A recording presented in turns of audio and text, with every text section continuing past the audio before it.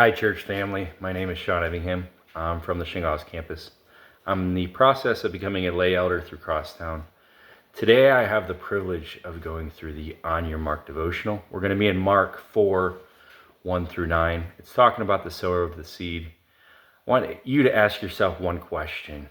What kind of soil are you? There's 4 types of soil in these passages, so pay attention and to see what type of soil you are. Again, he began to teach by the sea, and such a very large crowd gathered to him. And he got into the boat on the sea and sat down. And the whole crowd was by the sea on the land. And he was teaching them many things in parables, and was saying to them in his teaching. So at this point in Jesus' ministry, he'd already been healing people. So he had a following. Some of the people that were there to get healed. Others were there out of curiosity. Some were there because they believed he truly was the Messiah, and they wanted to hear what he wanted to say or had to say. Verse 3, listen to this. Behold, the sower went out to sow, and as he was sowing, some seed fell beside the road, and the birds came and ate it up. On the side of the trail, it's going to be hard. When the sower is throwing the seed out, the birds came and picked it up. Kind of like us, when our hearts are hardened, the seed can't take root. It can't grow. Or Satan comes and picks it off because it's easy picking. We need to be planted in God's word and growing. Verse 5, other seed fell on the rocky ground where it did not have much soil, and immediately it sprang up because it had no depth of soil.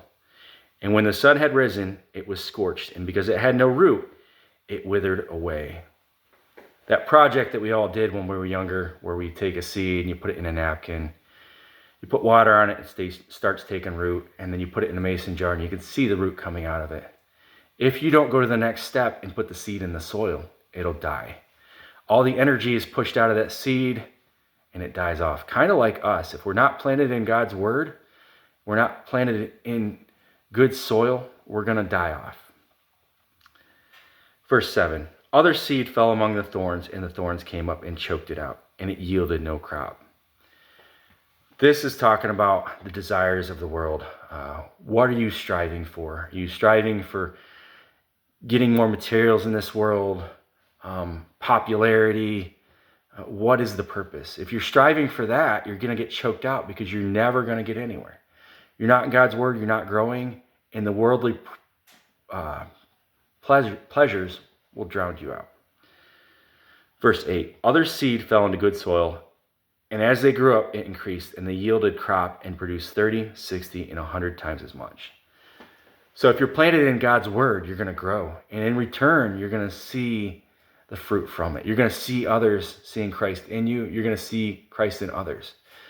It's an amazing thing to see in the community that's growing because God's just working, and you're able to see all the fruit around you.